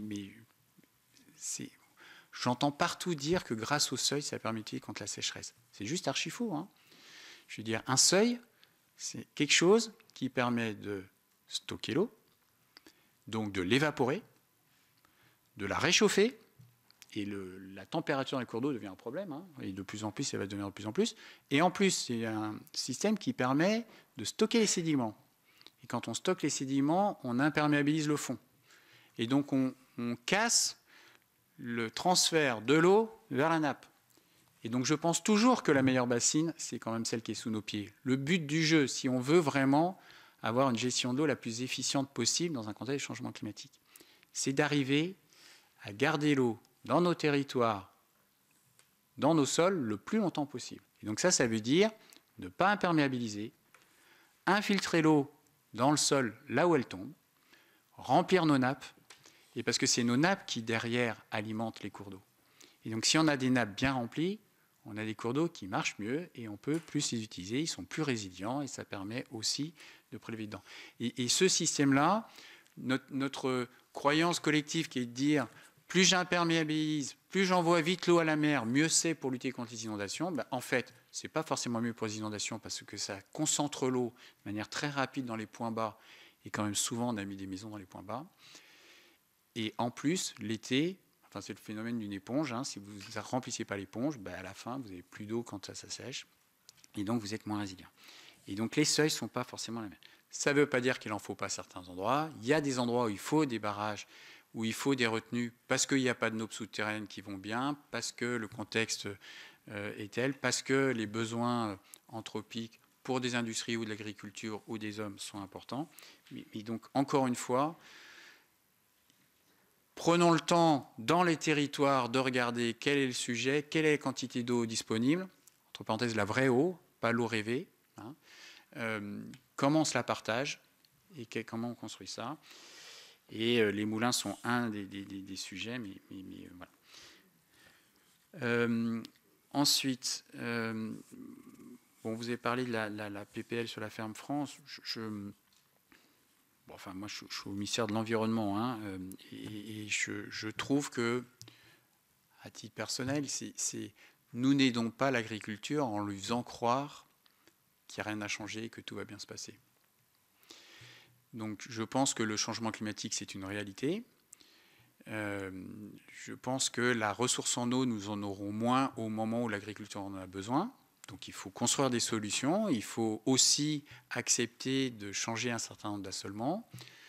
Et si on fait semblant de croire que sans rien changer, tout va bien se passer, je pense que ce n'est pas vrai. Et donc, je préfère qu'on soit dans l'accompagnement, dans la recherche de solutions, de mesures agroenvironnementales qui permettent de construire de nouveaux modèles, qui permettent de gagner sa vie en dépendant moins des phytos, en dépendant moins de la ressource en eau.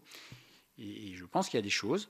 Je suis et je vois dans les territoires plein d'agriculteurs, de chambres d'agriculture qui font des choses remarquables en ce moment dans la suite du Verne agricole de l'eau, qui construisent des solutions, qui sont chaque fois des petites solutions qui ne sont pas des solutions généralisées, mais qui permettent de construire de nouvelles filières, avec du lin, avec du chanvre, avec du sorgho, avec plein de choses, qui permettent de diversifier, sans abandonner ni le maïs, ni la betterave, ni le reste parce qu'on en a besoin, mais qui permettent de construire des trucs plus diversifiés, et ça peut marcher aussi.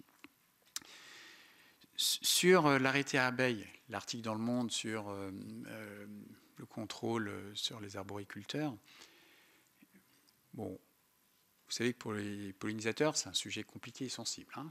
L'histoire des néonicotinoïdes l'a bien montré dans le débat public. C'est quand même quelque chose de pas complètement simple. L'arrêté abeille et le plan pollinisateur, qui ont été approuvés il y a juste un an, un poil plus d'un an. Donc c'est rentré en vigueur au cours de la saison l'année dernière. Et là, c'est la première année pleine d'application. Cet arrêté abeille, pour moi, il est hyper important. Je veux dire, parce que si vraiment on veut sauver nos pollinisateurs, et c'est le jour où il n'y en a plus qu'on se rend compte qu'on en a besoin. Hein. On a certains endroits aux États-Unis, hein, ils sont obligés de faire de la pollinisation par drone. Je veux dire, ils se rendent compte des conséquences de ce qu'ils ont pu faire avant. J'espère qu'on n'arrivera pas là. Bon, encore une fois, c'est ce que j'ai dit tout à l'heure, il faut que ce soit compris et appliqué.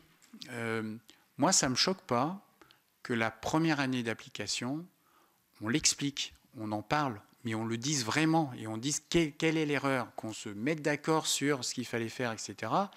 Et que l'année suivante, on tape sur ceux qui font exprès de ne pas l'appliquer, parce qu'ils considèrent que ça ne s'applique pas à eux, et qu'ils ne veulent pas l'appliquer. Mais le fait de dire, vous auriez dû savoir, même si on ne vous l'a pas expliqué, vous aviez à chercher par vous-même, et pas forcément la meilleure option pour que ça se fasse sans trop de tension dans le territoire. Donc encore une fois, oui, il faut l'appliquer, oui, il faut en parler, oui, il faut contrôler.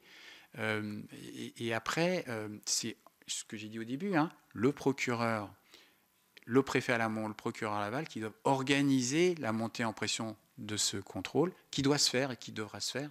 Et si on ne le fait pas, alors là, pour le coup, je pense qu'on est collectivement en tort.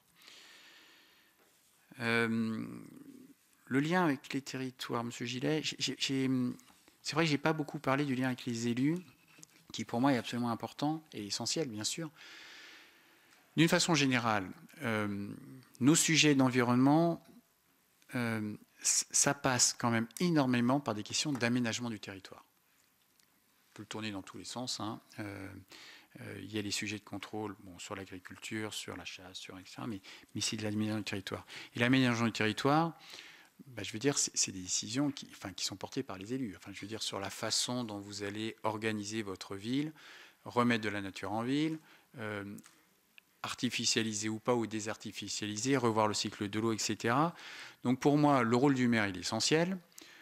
À l'OFB, il y a un point qui est un excellent outil pour rentrer dans le sujet, c'est les atlas de biodiversité communale, qui permettent de prendre conscience de la biodiversité qu'on a dans son territoire, dans sa ville. Ça marche très bien, y compris dans les villes très très urbaines, jusqu'à la région parisienne. Ça, c'est un moyen de rentrer dans le système, c'est un moyen d'en parler, et après, ça permet de dérouler plein de choses. Et au niveau des régions, on a les agences régionales de la biodiversité, qui se mettent en place progressivement un peu partout, à plus ou moins de vitesse. Moi, je trouve qu'aujourd'hui, on n'a pas encore réussi à trouver un rythme de croisière dans l'ensemble des régions sur ce sujet-là, avec tout qui s'encastre bien, qui soit bien compris. Et c'est vrai que je vois pas mal de confusion entre ce qu'est la direction régionale de l'OFB, l'agence régionale de la biodiversité, le rôle de la région ou des départements, parce que les ENS, c'est quand même les départements sont de fait un gestionnaire très important de territoire, et il ne faut pas l'oublier, qui n'est pas assez valorisé, en tout cas je trouve, dans nos stratégies biodiversité aujourd'hui. Et donc il y a des choses à travailler. Enfin, moi, ça me paraît absolument évident. Si je suis à l'OFB, j'espère travailler en bonne intelligence avec l'Office national des forêts. On a passé la matinée ensemble avec la directrice générale hier sur tout un tas de sujets, dont l'équilibre sylvo-cynégétique d'ailleurs, les questions du renouvellement forestier, de l'aménagement du territoire qu'on veut faire dans le futur. Vous m'arrêtez, Monsieur le Président, quand je suis trop loin. Parce que on doit aujourd'hui faire des choix sur les forêts qu'on aura dans 100 ans. Et en fait, dans une perspective de changement climatique, c'est difficile. Et trouver les bonnes essences aux bons endroits, lutter contre le dépérissement, faire d'une certaine manière des paris dans un certain nombre d'endroits, c'est pas simple et ça mérite d'en parler dans les territoires avec les premiers concernés. Les premiers concernés sont bien sûr les propriétaires, les élus et les collectivités. Alors, ensuite, les aires marines protégées et la pêche. Je ne voudrais pas oublier de parler de ça. C'est très important. Alors, là aussi, alors vous allez dire, je passe mon temps à dire qu'il ne faut pas dire que tout est noir ou tout est blanc. Hein, mais pour la pêche, moi, je constate tous les jours que si on ne met pas un minimum de régulation, ça ne marche pas. Les systèmes de pêche aujourd'hui sont tellement efficaces et efficients que s'il n'y a pas un minimum de régulation, collectivement, nous détruisons nos stocks. Donc on a eu des très bons exemples, que vous connaissez tous, sur le thon rouge. S'il n'y avait pas de régulation, il n'y aurait plus de thon rouge en Méditerranée aujourd'hui. On voit qu'en remettant de la régulation, on arrive à faire revenir le thon rouge. Donc ce n'est pas perdu, ce n'est pas défini, etc. Ensuite, c'est vrai qu'on a eu un débat très dur là, ces derniers temps sur on va interdire la pêche et en interdisant le dragage de fond, ça va mettre en l'air totalement la pêche. Bon. Nos zones de protection fortes aujourd'hui en France, en mer, c'est 0,28%, je crois. Les zones de protection fortes. On ne peut pas dire qu'on est extrémiste. Voilà. Je rappelle que le président de la République, il avait fixé dans la stratégie biodiversité 30% de protection, un tiers en protection forte, donc 10% du territoire en protection forte. Aujourd'hui, on est à 30 et un peu moins de 32% en protection sur l'ensemble du territoire, terre, mer, métropole, outre-mer, avec un effort substantiel de l'outre-mer. Et puis, en protection forte, on est à 4,6%. Mais avec des surfaces très importantes outre-mer, et notamment dans les TAF, les terres antarctiques australes françaises. Je pense qu'au niveau des protections fortes, nous ne sommes pas au niveau, et notamment en mer. Et ce n'est pas pour le plaisir d'empêcher la pêche qu'on dit ça. Je pense que la pêche en a besoin. Des ressourceries, des zones où la biodiversité reprend vigueur, c'est important. Regardez ce qui s'est passé dans les calanques à à la suite de la création du parc national des Calanques. On a baissé la pression de pêche dans le parc des Calanques. Ça a été un peu difficile. N'empêche que les pêcheurs qui sont autour aujourd'hui sont plutôt contents. Ça va mieux aujourd'hui pour eux derrière. Donc je pense qu'on a besoin de zones où la biodiversité peut être un peu plus tranquille. Évidemment, ça ne doit pas être la totalité de nos secteurs. Évidemment, il faut que ça reste proportionné. Mais aujourd'hui, c'est un peu bas et je pense que vous discutez sûrement beaucoup plus avec plein de pêcheurs que moi qui ne les voient pas toujours et qui ne voient que leur représentation à Paris. Mais je veux dire, c'est de plus en plus difficile. Ils sont obligés d'aller de plus en plus loin, d'utiliser de plus en plus de carburant. Enfin, et donc, la régulation est là aussi pour les protéger et leur assurer de quoi pouvoir vivre de leur métier derrière. Et là aussi, il faut des mesures d'accompagnement. Et c'est des sujets qui sont assez difficiles. Donc je ne cherche absolument pas à donner le son ou dire quoi que ce soit. Moi, mon sentiment, c'est qu'il faut des mesures de protection à certains endroits proportionnés. Et aujourd'hui, nous ne sommes pas au niveau que nous devrions avoir. Ce qui, encore une fois, ne veut pas dire la fin du dragage de fond partout dans nos territoires. Ensuite, vous avez parlé de la... C'est M. Nicolas, je crois, qui a parlé de la grippe aviaire, notamment. Sujet très difficile et pas terminé, qui va continuer. Nous sommes rentrés dans un système... donc d'abord, la grippe aviaire, elle ne vient pas des animaux sauvages. Enfin, je veux dire, il faut se souvenir que c'est une concentration trop forte d'animaux pendant longtemps qui a fait exploser ce système-là, qui est passé dans la faune sauvage, et aujourd'hui, ça revient par la faune sauvage, donc ça fait des boucles où ça se réalimente. Les mesures pour lutter contre ça, elles sont draconiennes. Enfin, je veux dire, quand on a un oiseau dans un élevage qui est touché, c'est tout l'élevage qui est dépeuplé, donc c'est vraiment des mesures très fortes. Bon, il y en a besoin si on veut essayer de réguler, juguler ce système. On doit prendre des mesures de protection, enfin, surtout ne faisons pas l'erreur d'imaginer qu'en supprimant la faune sauvage, ça irait mieux. C'est pas vrai. Et c'est vrai que moi, je vois très souvent... on a un vautour qui a eu la grippe aviaire, il faut éradiquer les vautours. Il y a un bouquetin qui a eu un problème pestivirose, brucellose, il faut supprimer les bouquetins. Il y a un canard sauvage qui a la grippe aviaire, il faut supprimer les canards. Enfin, il faut sortir de ces systèmes où on a l'impression qu'on trouve un problème, on supprime le porteur du problème, ça résout le problème. Ce n'est pas vrai. Et donc derrière le concept, si on veut s'en sortir, c'est le concept One Health, une seule santé. C'est l'équilibre entre la santé des écosystèmes, la santé des animaux et la santé humaine. Et moi, ce qui me paraît important de partager, c'est que si vous voulez que ça se passe le mieux possible, vous avez intérêt à ce que les écosystèmes et les populations sauvages soient en bonne santé.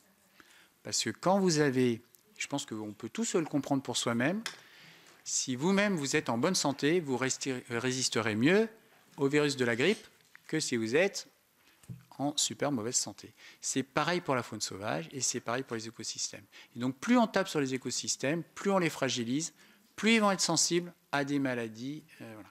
Et donc, il ne faut pas les fragiliser encore plus, il faut plutôt les aider. Une fois que j'ai dit ça, quand ça arrive, il faut être capable de prendre les mesures de gestion qui vont bien pour résoudre, enfin pour se protéger. Mais encore une fois, plus les écosystèmes sont en bonne santé, mieux ça se passe. La question du port d'armes. C'est Monsieur Genet. Oui. Moi, j'espère bien que je n'aurai pas d'agents qui vont être en situation, ils doivent tirer sur quelqu'un. Après, si je suis bien sûr nommé à la tête de l'OFB. Cela est dit, j'ai été plusieurs années à ce qu'on appelait la cérémonie du souvenir au bûcher. Je veux dire, quand je vois la liste des agents morts en service, depuis la création et de l'Office français de la biodiversité, donc avant de l'ONCFS et de l'AFB, il y en a quand même un certain nombre. La liste, elle est longue. Donc, c'est quand même, quand on est inspecteur d'environnement, on se retrouve dans des situations qui sont potentiellement dangereuses et qui ont abouti à des situations très graves dans le passé. Et donc je trouve normal et légitime que pour un certain nombre de situations, ils aient le port d'armes, qu'ils soient en capacité de s'en servir, et que donc ils soient formés et professionnels pour ça. Et ça me paraît important. Après, une question qui est un peu, mais que j'entends souvent, et j'imagine ce que vous avez aussi derrière la tête, c'est OK, quand on fait de la lutte contre le braconnage, ou c'est normal qu'on ait un port d'armes. Si vous avez déjà vu un contrôle de civil, je veux dire, vous avez intérêt à être armé, hein, ça se passe de nuit, c'est des vrais bandits, hein, c'est dangereux. Enfin, je veux dire, donc il faut absolument mettre les forces en présence qui vont bien. Mais quand on vient voir un élu, je veux dire, il n'est pas dangereux l'élu, donc il n'y a pas à avoir le port d'armes. Mais quand vous avez votre arme, c'est pas un truc que vous pouvez mettre dans la vide-poche de la voiture comme ça pendant le rendez-vous que vous allez faire, puis le reprendre derrière. Donc, je veux dire, quand vous l'avez, vous l'avez. Et moi, ça ne me choque pas que les agents qui, au cours de leur journée, peuvent être en situation d'intervention sur des sujets, ils aient le port d'armes, je trouve que c'est légitime. Il faut qu'ils soient formés, encore une fois, pour ça. C'est un truc pas simple, et il faut continuer à mettre énormément d'énergie là-dessus. Après, il ne faut pas que ce soit... Enfin, il faut apprendre à... c'est comme ça que je le disais à l'ONCFS, mais à faire en sorte qu'on ne la voit plus, cette arme. Donc je pense que là, on a des efforts à faire sur les gestes et postures, de façon à ce qu'on ne perçoive pas ces agents comme les cow-boys qui débarquent, quoi. Enfin, je veux dire, ce que j'ai entendu tout à l'heure. Donc oui, il faut travailler, je pense, plus sur les gestes et postures et sur la façon de se comporter, et pas sur le fait d'enlever ou de garder cette arme. Parce que cette arme, je pense qu'elle est utile dans l'exercice de la mission de police. Voilà. Et donc c'est un sujet sur lequel il faut travailler, il faut continuer à travailler, et pour moi, ça me paraît important. Monsieur Blanc a parlé du lien avec le monde de la recherche. Alors, l'OFB n'est pas un établissement public de recherche. Et ce n'est pas un EPST comme l'est l'INRAE, l'IFREMER ou d'autres. Par contre, c'est un établissement qui conduit des actions de recherche et qui a des chercheurs en son sein. Et donc, c'est un établissement qui, je trouve, est très bien positionné pour jouer le rôle de passerelle et de faire communiquer plusieurs mondes qui, des fois, ont objectivement du mal à discuter. Et ça, c'est pour moi quelque chose qui est vraiment important. C'est-à-dire que quand on est élu au contact du terrain, des problèmes au jour le jour, et quand on est un chercheur focalisé sur un sujet hyper spécifique dans ses recherches, c'est pas complètement simple de répondre. Vous avez une question, vous avez besoin d'une réponse tout de suite, on vous répond, on va y réfléchir, dans 10 ans, je verrai ce que je peux apporter comme réponse. C'est pas complètement facile. Et en fait, la recherche, en même temps, elle est dans l'anticipation de ce sur quoi on travaillera dans des années. Et donc, oui, il y a besoin de ces passerelles, oui, il y a besoin d'anticiper, oui, il y a besoin de vulgariser, et je pense que l'OFB, il est bien positionné pour ça. Je crois que j'ai globalement fait un peu le tour, Monsieur le Président. Bien. Merci. Merci pour cette audition. Merci à vous pour les réponses que vous avez apportées aux questions, aux nombreuses questions de mes collègues. Donc maintenant, nous allons passer au vote. Voilà. Merci.